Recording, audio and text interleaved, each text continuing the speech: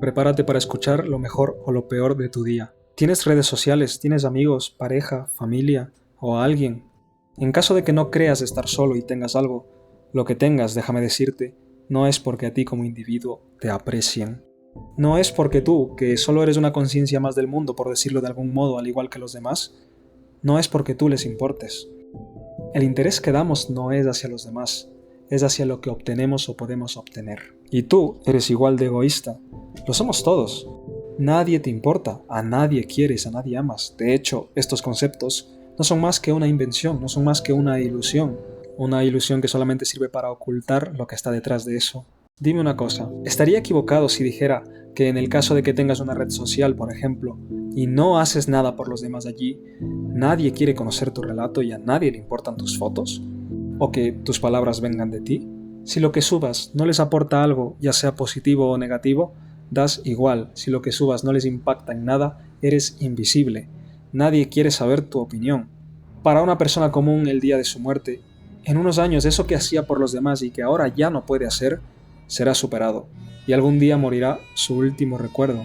O respóndeme lo siguiente. ¿Acaso tú conoces o has oído hablar algo sobre tu tatara abuela? Si no hizo algo que trascendiera, algo realmente digno de recordar, fuera. Si no hizo algo que trascendiera, fuera. Y fuera yo y todos nosotros. Por ejemplo, si lo que yo hago aquí resulta no ser suficiente para el mundo, yo también fuera. Y tendré que aceptarlo. Aceptar de que fui un inútil y que no pude obtener lo que quería por mi incompetencia y por no superar la suerte. ¿Y qué es lo que será que quiero haciendo estos videos? Lo diré para demostrar lo que te estoy diciendo en este. Y lo diré porque no es ningún secreto, aunque probablemente no les importe, porque entraron justamente al video para escuchar de este tema, no para escuchar sobre mí. Pero lo diré para que se den cuenta de que les dan igual los demás, y a mí también, y es normal. Lo que yo quiero obtener haciendo estos videos viene desde el puro y llano interés propio. Mejorar la sociedad para que mejore mi entorno y por ende mi vida, y así trascender, y hacer algo que disfruto y en lo que pienso que soy útil. Es solamente por mi propio interés. Ven, me sincero al máximo para que vean que es solo por mí. Busco aportarte algo para que tú me aportes algo a mí. Y nadie dice estas cosas, nadie lo dice porque genera repulsión, genera rechazo inmediato. Pero bueno, a mí me da completamente igual, lo único que importa siempre es la realidad. ¿Por qué creen que una persona dona a la caridad? ¿Porque es buena persona? Sí, nos sirve utilizar la categoría de buena persona para aquellos que tienen ciertos patrones de conducta. Pero la realidad subyacente es que lo hace porque se siente bien hacerlo. Si donar a la caridad se sintiera como ansiedad o como perder a un familiar el mismo sentimiento, créeme que nadie lo haría. Y también te diré que depende de la persona, porque todos nos movemos por aquello que es reforzante para nosotros según nuestra historia, según nuestra propia historia. Y es por eso que todos somos diferentes, porque todos tenemos un entorno distinto y variables distintas. Lo que más quiero es que la gente deje de ser delicada, que sea realista y que se mejore a sí misma. Si la sociedad estuviera llena de seres competentes, mi vida y la de todos como consecuencia mejoraría, entendiendo competente como alguien que destaca en su potencial de aportar algo. Y mientras sean realistas, lo que aporten será positivo, porque así es como se mejora una civilización, y eso es claramente conveniente para todos. Sé que es duro aceptar ciertas cosas y muchas veces el confort de la mentira parece tentador, pero eso no te ayudará a adaptarte a nada nunca. Voy a poner a prueba tu nivel de aceptación de la realidad mostrándote su lado más frío. Hay algo de verdad en afirmar que a todos los padres del mundo en realidad no les importan sus hijos. A una madre que llora porque perdió a su hijo, le da igual su hijo. Sí, no me gusta cómo suena, es crudo, es frío, es insensible, es duro. Pero en cierta parte es preciso. Porque si hipotéticamente reemplazamos a su hijo con un clon exacto en todos los niveles, sus padres no se darían ni cuenta. Es un axioma lógico. Ahora, añadiendo algo probabilístico, si mueren e inmediatamente se les entrega un clon suyo a sus seres queridos, entre comillas queridos, ante la presión de la extinción es probable que cedan y lo acojan, porque recuperarán y obtendrán lo mismo que obtenían de ti. A nosotros los vivos solo nos interesa lo que ganamos, lo que sabemos, lo que aprendemos, lo que criticamos, cómo nos juzgan y cómo nos juzgamos. Estamos hechos para sobrevivir de la mejor forma. Pero el cómo vive el resto, quién sea el resto, qué sienta el resto, si no tiene alguna repercusión con nosotros, nos da igual. Pero tranquilos, no todo está perdido, porque importa lo que aportamos, lo que hacemos y el cómo lo hacemos. Quienes seamos no importará a menos que seamos irreemplazables. Aunque lo irreemplazable no somos nosotros sino nuestra acción. Es decir, les importa quiénes somos si acaso te relacionan con algo que haces que les sea relevante para su vida. Y no está mal, mientras más aportamos a los demás, a cambio tenemos más capacidad de demandar, más oferta disponible, es decir, más de los demás. ¿Por qué somos mejor oferta? La oferta crea su propia demanda. Para consumir debes producir, debes servir, debes dar algo a cambio. En este caso, para obtener algo de alguien, debes hacer algo por alguien, debes hacer algo en alguien. Si no aportas nada a nadie le va a importar interactuar contigo. Hay que tener claro que, muy simplificadamente, a los seres vivos solamente les importa obtener refuerzos y evitar castigos. Si alguien se siente mal y no espera obtener una recompensa, o sabe que para obtenerla debe hacer algo que le hará sentir mucho peor o algo que no vale el costo y el esfuerzo, se va a ir. Por eso hay padres que abandonan a sus hijos, y viceversa también. Si alguien se siente bien o espera sentirse bien y para ello lo que debe hacer no es muy caro y la recompensa es mayor, se va a quedar. Y cuando digo barato o costoso o caro, me estoy refiriendo al costo de respuesta, al esfuerzo invertido y al tiempo, a lo que gana y a lo que pierde, y demás factores. Entonces, es muy probable que en este último caso pues se quede, o no, porque tal vez encontró algo que lo hará sentir aún mejor, y es por eso que existen las infidelidades, lamentablemente. Por eso te cambian por otro o por otra, porque en su sistema lo que haces por ellos es reemplazable y superable. A no ser, de nuevo, que seas alguien irreemplazable, algo inolvidable, donde tú al alejarte no puedan superar el perderte jamás. No puedan nunca superar el perderte, porque saben que probablemente fuiste algo que no volverán a encontrar. Una cosa interesante es que para las demás personas, al no poder entrar en tu cabeza, no les queda de otra que intentar deducir quién eres a partir de lo que observan de ti. Aparte de que es muy probable que no todos con los que has interactuado e interactúas sepan qué eres en verdad. Cada uno tiene una versión de ti, y no necesariamente es la que piensas que tienen. Quizás alguien piensa que eres un loco, otros que eres muy listo y otros que eres un tonto. No sabes, es caótico. Obvio hay una realidad de quién eres, pero que lleguen a ella es otra cosa. A veces ni nosotros mismos entendemos quiénes somos en su totalidad. ¿Cómo podemos entendernos mejor? Pues conociendo los motivos de nuestra conducta. Para los que les interesa, les recomiendo mucho hacerse un análisis funcional de la conducta. Pueden hacerlo provisionalmente con la IA, aunque también podrían buscar un psicólogo que sepa cómo se hace. Es una herramienta muy útil que casi nadie conoce, así que aprovéchala. Dicho todo esto, ¿ahora sí me crees? El egoísmo es la base de la sociedad. A lo largo de este video he dicho cosas feas, pero no son malas. Pueden tener un resultado bueno o malo, pero no es malo. Lo malo de verdad es la ignorancia y la maldad en sí. Esto quiere decir llevar al egoísmo por un camino equivocado e irreal. Alguien que es malvado o ignorante no va a obtener todo lo que podría obtener para el bien de su supervivencia de lo que se obtendría al ser bueno y buscar la verdad. ¿Pero qué es ser bueno? Alguien que egoístamente se siente bien consigo mismo por aportar algo que genere mayor bienestar o que ayude a los demás.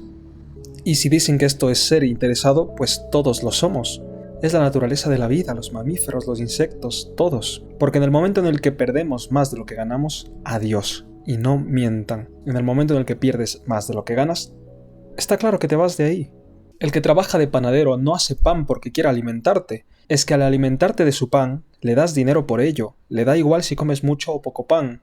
Lo que le importa es si compras mucho o poco pan. Y lo mismo en todo. Y no estamos solos, otros animales también, insectos, microorganismos. Por eso la naturaleza tiene sus ciclos, todos nos necesitamos. Los leones necesitan a las cebras a las plantas y las plantas al león para que no haya muchas cebras que acaben con todas las plantas. Y a la vez, el cadáver y abono de los leones y las cebras les sirven a las plantas. Así que aunque no quieran, aunque no les guste, se necesitan. ¿Por qué creen que en nuestra cultura se fomenta el compartir? Y compartir no es dejar de ser egoísta. Compartimos porque nos sentimos bien al ser aprobados, ya sea por el resto o por nosotros mismos. Además de todas las ventajas que te da compartir. Te hace vivir en sociedad, te puede dar aliados.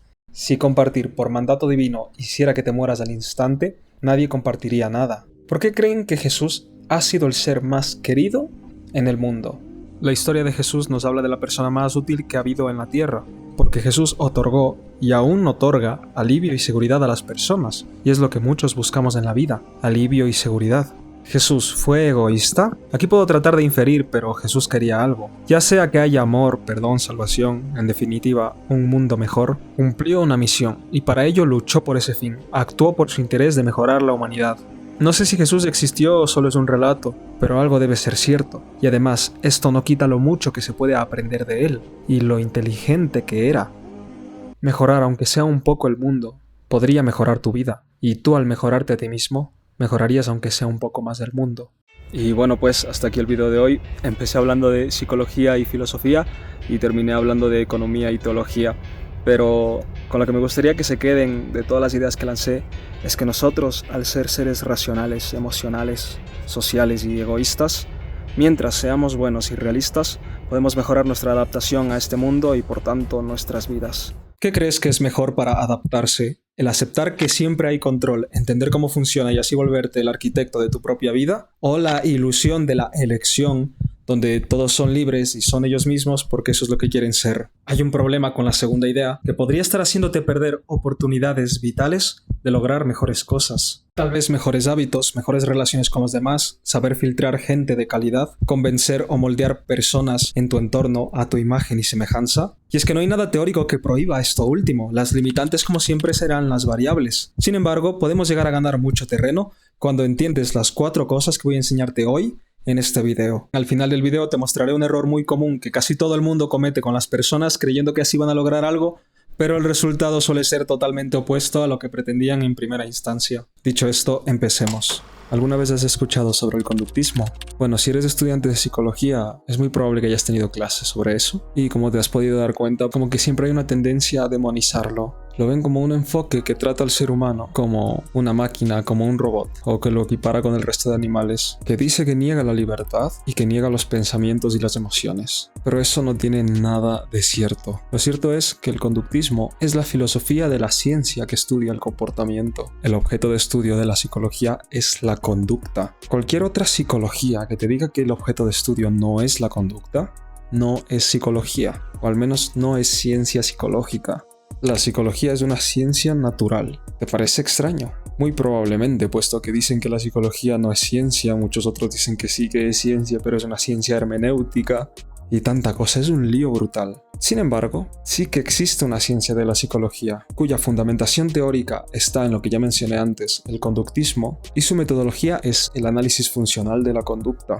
Si no eres estudiante de psicología, ¿alguna vez has escuchado sobre esto? Muy probablemente no, pero afortunadamente te acabas de encontrar este video, por lo que no sabes lo afortunado que eres de encontrarte este video. ¿Y por qué digo que es una ciencia natural? Pues porque el conductismo se fundamenta tanto nomológicamente, que es desde leyes naturales, y experimentalmente. Hay evidencia empírica que lo respalda, por lo que es una ciencia que nos permite explicar, predecir y controlar el comportamiento de los organismos, y por tanto, la conducta humana. El conductismo cuenta con una riqueza teórica masiva, desde Ivan Pavlov, que descubrió cómo funcionan los reflejos, el condicionamiento clásico, pasando por la ley del efecto de Thorndike, los aportes de Watson, entre otros autores, hasta Burns Frederick Skinner, que es el que logró la mayor aportación a la comprensión de la conducta con el condicionamiento operante. Todo este marco teórico nos permite estudiar íntegramente la conducta, por lo que no dejamos de lado los pensamientos o las emociones como cree mucha gente, puesto que los pensamientos son conducta y las emociones son respuestas condicionadas, las cuales forman parte de nuestra conducta, puesto que nuestro cuerpo y nosotros, los operantes, formamos un todo integral. Hay veces que las personas malentienden conductas de los demás y se terminan alejando o enfadando sin ningún sentido porque no han entendido la función detrás de lo que ha hecho la otra persona, o porque han generalizado, en función de su experiencia, señales de la otra persona que probablemente no significaban eso que pensaban en un primer momento. Tan pocos conocen este lado de la ciencia que no saben de Skinner, y Skinner es para la psicología lo que es Newton o Einstein para la física o Darwin a la biología. Podría decirse que Skinner es el descubridor de la selección ontogénica, que es nuestra conducta operante, aquello a lo que llamamos conciencia o voluntad. Entonces es importante entender que existe una explicación científica de nuestra conducta para justamente evitar caer en estos sesgos que nos limitan adaptaciones a la realidad, que nos pueden estar haciendo perder oportunidades importantes, simplemente por ignorar ciertos hechos, por no actuar como deberíamos actuar ante ciertas situaciones, o por malentender cosas que realmente no son como uno piensa que son. Y antes de pasar al siguiente punto, quisiera recomendar 2 libros. El primero es Lo que el cognitivismo no entendió del conductismo. Allí se explica mucho mejor la gran utilidad que puede tener el conductismo y desmonta cualquier duda o cualquier mito que se ha construido sobre él. Y el segundo es Ciencia y conducta humana, de Skinner.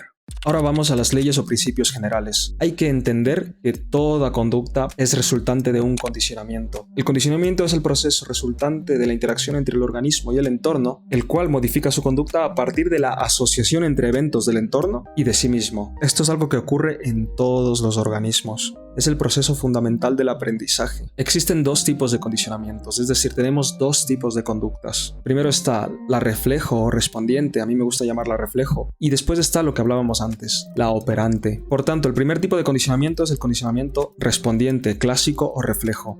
Hay estímulos naturales en el entorno que nos provocan una respuesta automática. Por ejemplo, si te pellizcas te duele. Si le pones un estruendo fuertísimo a un bebé, se asusta. Entonces el condicionamiento ocurre cuando un estímulo previamente neutro, por ejemplo una campana para un perro, se lo asocia a un estímulo natural, en este caso sería la comida del perro, lo cual provoca una respuesta automática que podría ser la salivación del perro, solo escuchando la campana, tras la asociación de este estímulo neutro, que ahora se ha condicionado, ahora es condicional a la comida. Si cada vez que haces sonar la campana le das comida, solo bastará la campana para que el perro inicie su repertorio de respuestas dirigidas a la comida, incluyendo la salivación, incluyendo el entusiasmo probablemente y demás. Este tipo de condicionamiento está detrás de las emociones. Un adulto promedio tiene un montón de asociaciones que ha hecho a lo largo de su vida. Por eso es que la primera impresión importa muchísimo, porque este ya tiene un historial previo de representaciones, de estímulos incondicionados o naturales, que han sido asociados con estímulos neutros que podrían ser señales de la otra persona, los cuales detonan cierto repertorio conductual. También puede ser resultado de lo que se conoce como condicionamiento de segundo orden, y esto ocurre en conjunto con la operante. Un adulto tiene un montón de repertorio operante por todo su historial de refuerzos y castigos que ha vivido a lo largo de su vida. El control del operante no está en el estímulo en sí, como en el anterior caso, que es el estímulo el que provoca sí o sí la respuesta. En este caso, el control del operante está en la consecuencia. Es un tipo de aprendizaje donde las conductas cambian según sus consecuencias, usando el refuerzo para aumentarlas o mantenerlas y el castigo para reducirlas. Aquí ya tienes una primera pista de cómo funciona nuestra conducta. Si tú quieres que alguien se siga comportando de cierta forma, procura reforzar esas conductas, y si quieres que alguien deje de hacer algo inmediatamente, castígala de inmediato. Pero cuidado con el castigo, hay un tema ahí porque no siempre funciona como quieres y hasta podría perjudicarte. Algo muy importante que tienes que tener en cuenta es que tienes que saber qué es aquello que es reforzante para la otra persona. Si tú controlas los reforzadores de la otra persona o sabes cuáles son, ya habrás ganado bastante terreno. Si tú vas y le halagas a una persona que ya está acostumbrada a recibir halagos todos los días, probablemente ese halago ya no sea un reforzador e incluso podría ser algo aversivo, porque no solo está saciada de esos halagos, sino que también ya está harta, podríamos decirlo. Entonces, si tú vas con un halago hacia esa persona que tiene ese historial, es muy probable que no te funcione y es probable que hasta se moleste contigo, por lo que es importante, antes de intentar reforzar algo, saber qué es aquello que refuerza y tomar en cuenta el contexto también. Para que ocurra una asociación, el refuerzo o el castigo deben ser inmediatos, lo más inmediatamente posible después de la conducta. Así el organismo asociará ambos eventos, de que si se da esta respuesta ante este estímulo, producirá cierta consecuencia. Con esto pasamos al segundo principio muy importante, que son las operaciones motivadoras. Estas probablemente tengan mucho que ver con el éxito o el fracaso que puedan llegar a tener.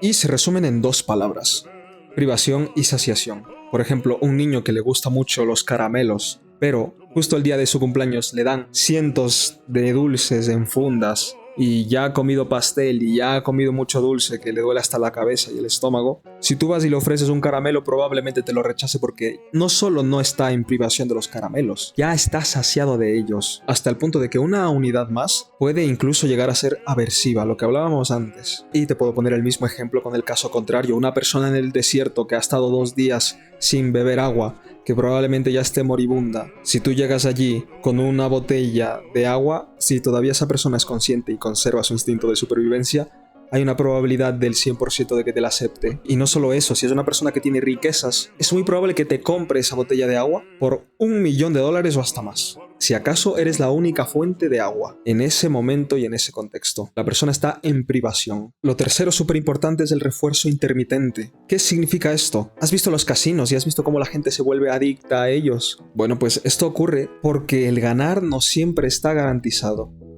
Es decir, el reforzador no siempre está garantizado. Si tú quisieras obsesionar a una persona, primero tienes que establecerte como un reforzador para esa persona y segundo tienes que ser intermitente. tienes que generar escasez, que sería privación, tienes que ser impredecible e incluso podrías aplicar un reforzamiento diferencial, que sería el cuarto principio. Pero antes de pasar al cuarto, lo último del refuerzo intermitente es básicamente que sigas esta regla.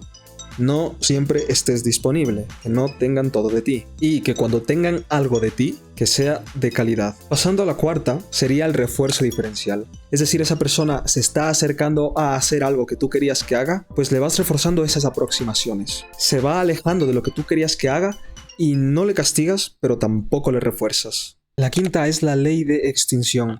Esto es algo súper importante para que la gente deje de hacer las cosas que no quieres que hagan. Si tienen una contingencia contigo, tú puedes extinguir conductas suyas, con todo el peso de la palabra de lo que significa extinguir. Por ejemplo, un niño que hace berrinche, no hace berrinche para obtener un caramelo. El niño hace berrinche porque haciendo berrinche obtiene el caramelo. ¿Cómo extingues la conducta del niño que hace berrinche? ¿Castigándolo? No, porque probablemente vuelva a hacer berrinche con otra persona que no le castigue. Y con el tiempo, si no eres firme y constante con el castigo, es probable que el niño vuelva a hacer berrinche contigo. Es muy probable que ya no solo sea el berrinche, sino que incluso el niño hasta se rebele ante el castigo. Entonces, para extinguir la conducta del niño, lo único que hay que hacer es no reforzarlo, no darle el caramelo, ignorar su conducta, ni siquiera regañarlo, ni siquiera darle atención. El regaño ya sería castigo. Y el castigo, incluso aunque parezca contraintuitivo, puede ser un reforzador, porque ya le estás dando atención a su conducta. Hay cosas que nosotros pensamos que son castigos, pero resulta que son reforzadores muy potentes. Y es por estas cosas que la mayoría falla en el entendimiento del comportamiento, porque hay muchas cosas que son contraintuitivas. Y si no tienes la teoría que te estoy enseñando, es muy probable que estés muy perdido, por lo que deberías ver este video más de una vez si acaso te has perdido en algo. Por tanto, la extinción es básicamente retirar el reforzador permanentemente, hasta que la conducta deje de emitirse y después de que deje de emitirse. Esto podría confundirse con el generar privación, escasez. Es decir, quitas el reforzador un tiempo y después lo vuelves a poner. Eso ya entraría en un programa de refuerzo intermitente. Pero al volver el reforzador ya no se estaría extinguiendo esa conducta, sino que hasta podría fortalecerse por la intermitencia. Algo que me gustaría también decir de la extinción es que nos causa mucho sufrimiento. Si acaso fallece una persona importante para ti, vas a entrar en extinción y eso duele horrible. Te va a dar ansiedad, te va a dar desesperación, tus conductas de búsqueda sobre todo aquello de esa persona van a aumentar, pero eventualmente, antes de extinguirse la conducta, siempre hay picos y sube y baja, como un gráfico de trading básicamente, pero llega un punto en el que cada vez baja la intensidad, baja la frecuencia, hasta que un día ya te levantas y no te acuerdas de esa persona, o no te acuerdas del malestar. Si un proceso de extinción no se lleva correctamente, puede cronificarse el malestar. Eso también es muy importante señalarlo. Pero esto solamente ocurre con aquellos reforzadores que han sido muy intensos, como por ejemplo la pérdida de un familiar o el quiebre de tu empresa o cosas por el estilo, porque son conductas muy difíciles de extinguir dada la intensidad del reforzador, la amplitud de repertorios que eran reforzados por ello. Por lo que un consejo, si estás pasando por momentos difíciles, no te refuerces la ansiedad, no te pongas a sobrepensar, no te pongas a stalkear, ponte a hacer cosas de calidad, ponte a hacer ejercicio, no escapes a fiestas, no escapes a la droga, porque si tú escapas del proceso de extinción, este no termina de completarse y se puede cronificar, e incluso cuando ya no te alcance el escape porque te habrás habituado a él, que es el otro punto que vamos a ver, te va a venir con toda la inercia, con toda la fuerza, la recuperación espontánea de aquella contingencia que no permitiste que se extinga. Por eso el escape es lo peor que puedes hacer. Tienes que enfrentarlo. Como sexto principio tenemos a la habituación y a la sensibilización. ¿Qué es la habituación? Supongamos que llevas semanas jugando un videojuego y al principio te divertías muchísimo, lo disfrutabas muchísimo. Con el pasar de los meses, llega un punto en el que el juego ya no es tan disfrutable como al inicio y hasta ya se vuelve aburrido, ya no juegas las mismas horas que jugabas antes. ¿Qué pasó? Pues te habituaste a ese reforzador. Ya no es lo mismo que era antes. Lo mismo pasa en una relación amorosa, por ejemplo. Es por eso que es muy importante tener reglas y tener valores, porque si una persona no tiene valores, o no se sigue por reglas, o no es leal, es muy probable que termine traicionando a la otra persona porque ya no le genera la misma intensidad que le generaba antes. ¿Qué hacer para protegerse de la habituación, de que las otras personas no se habitúen a ti? Recuerda la intermitencia del reforzador. Pero es inevitable la habituación, en algún momento va a ocurrir eventualmente, y ahí es donde se ve quién vale la pena y quién no. Y sobre la sensibilización, es cuando un estímulo aversivo, es decir, un estímulo que funciona como castigo, se vuelve cada vez peor en lo que provoca en el organismo. Por ejemplo, si tú vas a una persona y le empiezas a toquetear el brazo, iniciando suavemente. Con el tiempo eso va a ser molesto quizás. Y si tú sigues y aumentas la intensidad y empiezas como a hacerlo un poco más fuerte, más fuerte, más fuerte, más fuerte, y de la nada vas y agarras un fósforo y le quemas el brazo, la persona probablemente va a azotar el brazo y hasta podría enfadarse mucho contigo. Si tú después vas donde esa persona y le tocas muy delicadamente el brazo, es muy probable que veas que hace un espasmo para retirar el brazo de tu dedo. Eso es la sensibilización. Este es un ejemplo muy simple en el dolor, pero ahora extrapola este ejemplo, o sea, adáptalo a todas las consecuencias aversivas. Todas son capaces de producir sensibilización. Por eso a una persona que le hacen mucho bullying, puede que en algún momento explote y termine haciendo un atentado, porque ya no pudo más, ya no lo soportó, ya se hartó de todo. Y esto no es hablar del bien y el mal o justificar conductas. No, simplemente es entender que toda conducta tiene una función detrás. Hay un porqué de las cosas. La mayoría de estas leyes fueron descubiertas experimentalmente en animales. Y dirán, pero nosotros no somos animales. Sí, sí somos animales, con repertorios mucho más complejos, pero a fin de cuentas somos animales. Es justamente lo ideal para después extrapolar esas leyes generales encontradas en esos organismos a nosotros para así poder explicar los fenómenos complejos. De lo simple a lo complejo. Es el orden correcto. Y si te gusta la lectura y te gusta la ciencia, el universo, nuestra naturaleza, nuestro comportamiento, el comportamiento en general, los organismos, y te gustaría profundizar en todo esto, sígueme en Instagram, mándame un mensaje directo con un correo, que yo ahora mismo estoy escribiendo una teoría general de todo esto, en donde trato integralmente la conducta y la naturaleza. Por lo que si te interesa, pues sígueme, mándame el correo y yo cuando termine de escribirlo, pues te lo mandaré gratis por PDF a ese correo. Y espero que te interese porque hay un montón de cosas que son fascinantes al momento de descubrir nuestra realidad. Para complementar todo esto, la teoría de juegos viene muy bien. En concreto, el dilema del prisionero. En resumen, para no alargar mucho, consiste en una explicación de la mejor estrategia de supervivencia en comunidad. ¿Qué es mejor? ¿Aprovecharte de los demás o cooperar? La solución a este dilema es la cooperación recíproca, es decir, cooperas con quien coopera contigo y desertas con quien desertó contigo. Y si vuelve a cooperar esta persona contigo, vuelves a cooperar, después de tú haber desertado también antes. ¿Con esto qué quiero decir? Que si una persona es amable contigo, seas amable con esa persona. Si una persona te miente, dejes de hablar con esa persona. Y si una persona intenta volver a cooperar contigo, arrepintiéndose de esa mentira para entrar de nuevo en la dinámica de cooperación, y así vuelvas tú a cooperar con esa persona. Si acaso estás seguro de que no va a volver a desertar, pero si no estás seguro y es un sujeto que no es confiable, mejor termínalo y no vuelvas a cooperar. Porque dentro de todo esto también importa muchísimo la reputación. Tienes que cuidarte a ti mismo. Y sobre biología, en lo que me quiero centrar es en la teoría de las señales costosas. ¿Sabes por qué un pavo real tiene toda esa cola que le cuesta muchísimos recursos mantener a su sistema biológico? Es justamente porque es más barato mantener todo eso que indica que el pavo real tiene recursos que tenerlos realmente. Es una señal costosa porque le indica a las hembras y a los demás de su especie que es un organismo saludable y si sus plumas son enormes y brillantes quiere decir que ha tenido recursos en su vida, por lo que podría garantizar recursos a los demás. ¿Por qué hay arañas que se esfuerzan tanto en hacer esos bailes que saben hacer para reproducirse? Lo mismo con los gorilas de espalda plateada, lo mismo con los leones, su melena y su poder, y lo mismo con nosotros. Nosotros también tenemos ciertas señales costosas que podemos emitir para aumentar nuestro atractivo, nuestro estatus, nuestro valor y en general cómo los demás nos perciben. Una persona que es cantante, famosa, emite constantemente señales costosas a los demás de que ya tiene recursos asegurados y además tiene respaldo de la tribu, de la gente, tiene gente. La fama es una señal costosa muy alta. Otra señal costosa es el liderazgo. Otra es la seguridad y la confianza en uno mismo. Otra es verse bien, verse limpio, verse pulcro. Bien vestido. Indica recursos, indica salud.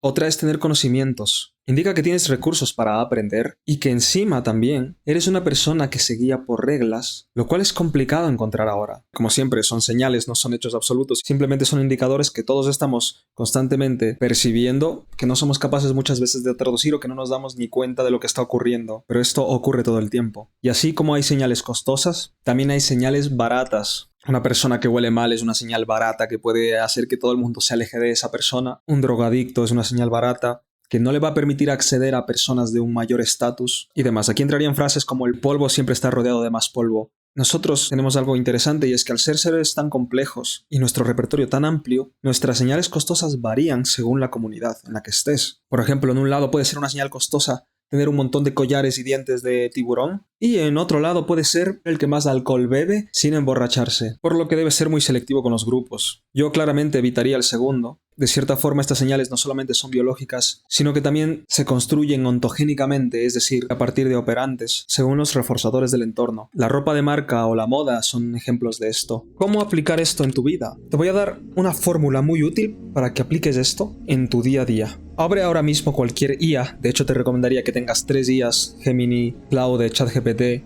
incluso te diría Grok para complementar, hasta DeepSeek podría ser de utilidad, y que a todas las pongas en su personalidad, que analicen todo lo que tú les pidas, desde el análisis funcional de la conducta, conductismo radical, desde la teoría de juegos y desde la teoría de las señales costosas, donde tu objetivo será control en función de lo que le pidas en ese momento, priorizar la estrategia ganadora del dilema del prisionero que se llama tit for tat y proyectar el mayor valor posible. Con este prompt, si tú le mandas un resumen de tu día y le dices analízalo, desde este marco teórico vas a darte cuenta de un montón de cosas. Procura ser específico con las variables que le cuentes, procura incluso tal vez tener registro de más días y procura guardar todos tus registros en un PDF por si la IA se olvida, porque a veces las memorias de las días suelen fallar, entonces procura tenerlo todo bien guardado. Y si tienes algún objetivo, no dudes en decirle que te lo diga desde este marco teórico, porque solo desde acá es como puedes adquirir mayor control sobre ti mismo y sobre tu entorno. Que por cierto, entorno también incluye todas las variables dentro del organismo, como su genética y demás. Y por último te voy a contar el error que todo el mundo comete y que los está llevando a desastres totales, que destruye relaciones, que destruye la confianza, que destruye a las personas, y es el control y el uso del castigo aversivo. ¿Recuerdan cuando dije que el castigo muchas veces podría ser contraproducente? Pues resulta que el castigo no funciona a largo plazo, solo funciona a corto plazo. Tú castigas a una persona y esta persona dejará de emitir esa conducta inmediatamente para evitar el castigo,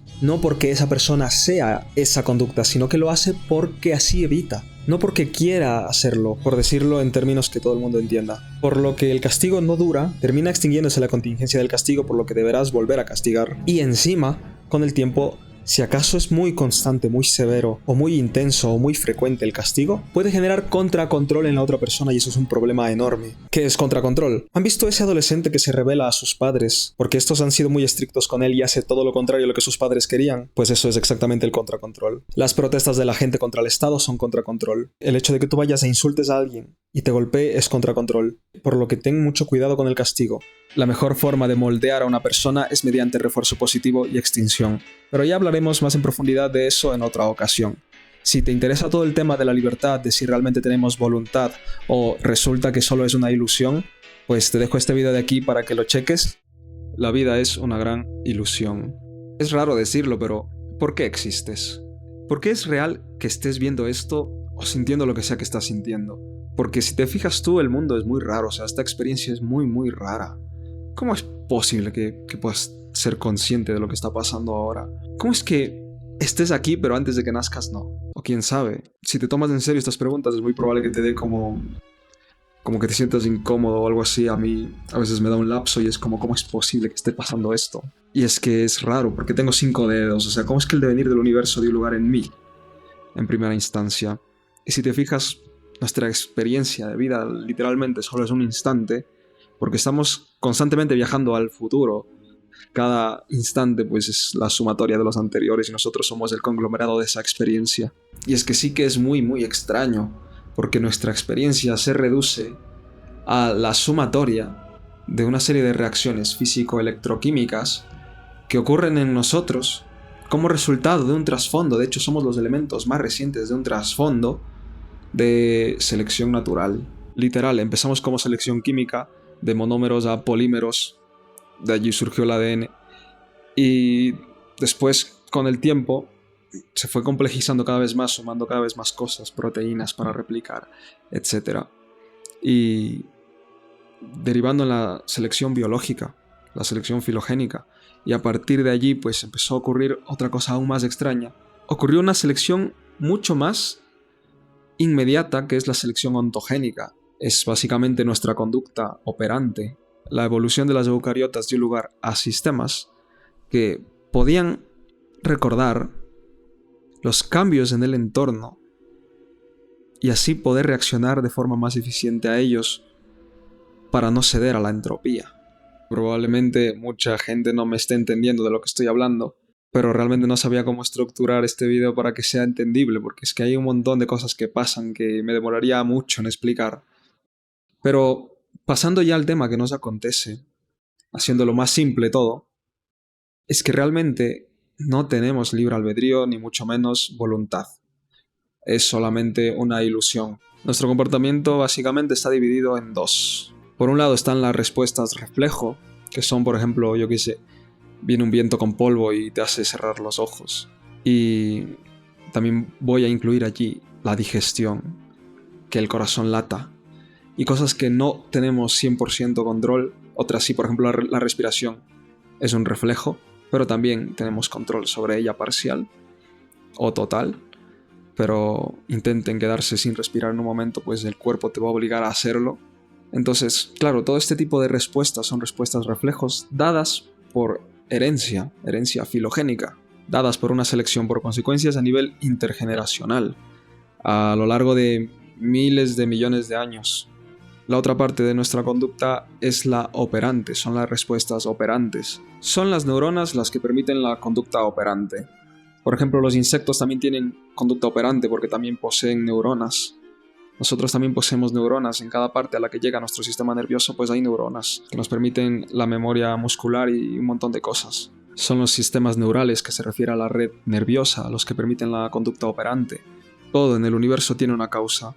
¿En serio creen que nuestra conducta no ha sido causada por nada y que en verdad tenemos aquella libertad mística que les gusta afirmar? A mí también me gustaba vivir en el idealismo, pero hay que ser realistas, hay que ser científicos.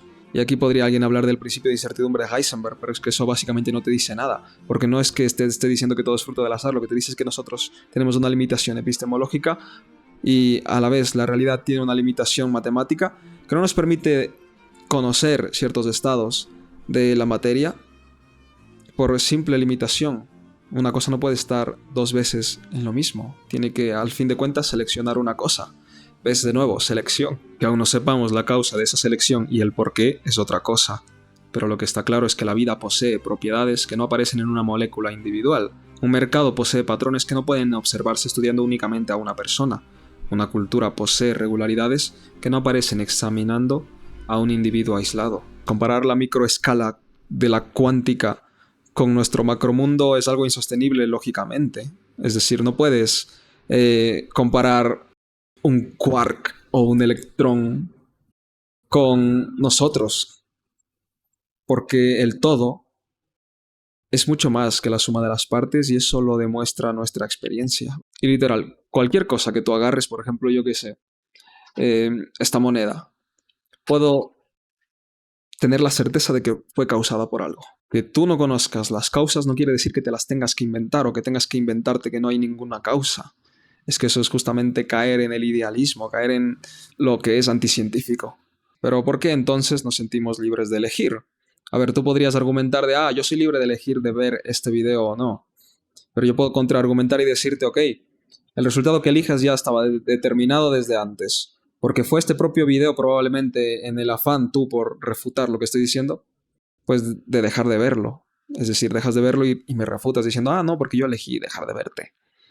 Pero eso literalmente confirma, porque eso quiere decir que, o al menos es un indicador que me podría a mí permitir inferir, que tienes un historial donde ha sido reforzado previamente el refutar a algo, y ahora estás simplemente cayendo en lo mismo, porque para ti refutar es reforzante, y por eso lo hiciste, porque se presentaron los estímulos perfectos para que lo hagas. Y lo mismo lo contrario, es decir, dependemos totalmente de nuestro historial. Respondiendo a la pregunta, ¿por qué nos sentimos libres? ¿Por qué nos sentimos con voluntad y tal? Esto prácticamente es una ilusión. A ver, los reflejos, ¿recuerdan los reflejos de los que hablé ahorita? Pues claramente sabemos que no somos libres de elegir sobre ellos, al menos parcialmente. En algunos sí, pero en otros no. Por ejemplo, nosotros no podemos controlar la digestión. No podemos controlar que si viene un montón de polvo, no cerrar los ojos. Es un reflejo que se activa y vamos a cerrar los ojos. Si tenemos algo en el ojo, igual lo vamos a cerrar. ¿Me explico? Entonces son reflejos, sabemos cuál es la causa. Si tú te pellizcas vas a sentir dolor, pues ahí está, no lo puedes controlar. No nos sentimos libres con respecto a ello. Lo mismo podría decirse de las emociones, que son reflejos mucho más complejos, pero están allí. Pero ahora, donde generalmente la gente dice que es libre, o la razón por la cual la gente dice que es libre, es por la conducta operante. Porque no vemos la causa. ¿Cuál es la causa inmediata de que yo esté haciendo este video? Pues no la vemos. Y es por eso que nos da esa ilusión. Pero realmente la causa sí existe y es justamente nuestro historial. Pero si queremos ir más allá, la causa primera de nuestra conducta actual fue la primera consecuencia que tuvimos después de ejecutarla. Los bebés, por ejemplo, tienen más reflejos que operantes, pero a medida que van desarrollándose e interactuando con el medio, van construyendo cada vez más complejidad hasta el punto en el que juntan ciertas respuestas con otras, dando lugar a operantes. Por ejemplo, hay un reflejo en los bebés que cuando tú le pones el dedo en la mano, pues el bebé cierra la mano. Pues son reflejos musculares y a partir de allí pues se van desarrollando las operantes. La razón por la cual nos sentimos libres es porque el control de nuestra conducta operante está en la consecuencia. Es decir, está en el futuro de lo que va a pasar. Y en el pasado de lo que ya pasó. Por decirlo exactamente, la contingencia es la siguiente. Nuestra conducta operante está controlada básicamente por la contingencia entre nuestra respuesta y la consecuencia, y entre el estímulo que anuncia que si se da esa respuesta va a haber cierta consecuencia, en relación con la respuesta y la consecuencia. Es que es brillante, en verdad, el tema. Y es que siempre hay control. Siempre hay control. Pero aquí hay una diferencia clave. El control para nosotros como organismos puede ser tanto aversivo como reforzante, puede ser de los dos tipos. El control aversivo está cuando nuestras respuestas buscan un escape, es decir, un refuerzo negativo, cuando buscan un escape. Y el control reforzante está cuando nuestras conductas, nuestras respuestas, la sumatoria de todas nuestras respuestas, es decir, nuestro comportamiento en general, está dado por un historial de reforzamiento previo en donde nosotros nos comportamos porque así pues nos sentimos bien. Resumidamente, porque a veces no es tanto por sentirnos bien, más que nada es porque el entorno ha mantenido ciertas conductas porque han tenido buenas consecuencias funcionales. Esto también explica por qué alguien puede sentirse libre pero otra persona no. Porque tal vez el historial determina que aquello que para una persona es reforzante, para la otra persona no. Y por eso la una se siente libre y la otra no. Porque tiene mucho que ver con la libertad. Podríamos decirse que en términos científicos la verdadera libertad es aquella que está dada por el control reforzante. Y el control aversivo es aquello que nos hace sentir menos libres. Recuerdo en una clase de esas que están subidas en internet al profesor Jesús Huerta de Soto criticando al determinismo, diciendo que seríamos unos seres así todos robotizados y tal. Pero lo que el profesor Huerta de Soto no sabe, primero no conoce nada de conductismo, mucho menos de análisis funcional de la conducta.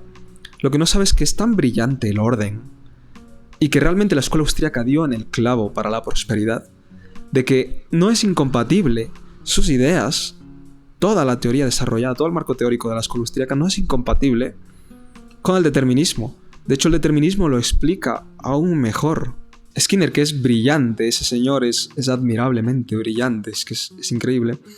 En este libro blanco que está aquí, Ciencia y Conducta Humana, habla del Estado como una de las principales instituciones en ejercer control aversivo. ¿Les suena eso de algo?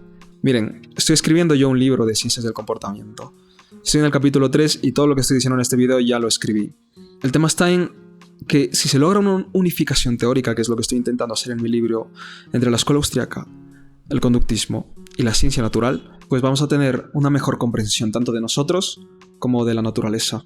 Cuando termine de escribir el libro, en verdad no sé qué es lo que voy a hacer. Tenía pensado regalarlo en internet porque el conocimiento es lo único que cuando se comparte crece y en verdad a mí me gusta mucho eso. Y también venderlo en físico o tal vez por Amazon y tal. No sé. Pero el PDF tengan por seguro que creo que va a estar gratis en internet en algún momento. Entonces cuando lo termine de escribir, pues haré eso. Ahora que ya hice un poco de spam de lo que estoy haciendo, vamos ahora sí a otra parte importante de esto. Y es que, ¿qué implica que exista determinismo para la tradición de la Escuela Austriaca de Economía? O bueno, en general, para la justicia de este mundo.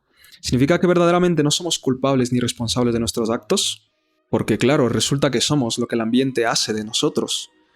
Y si somos lo que el ambiente hace de nosotros, entonces, ¿dónde queda la culpabilidad? Solo tenemos que cambiar el enfoque.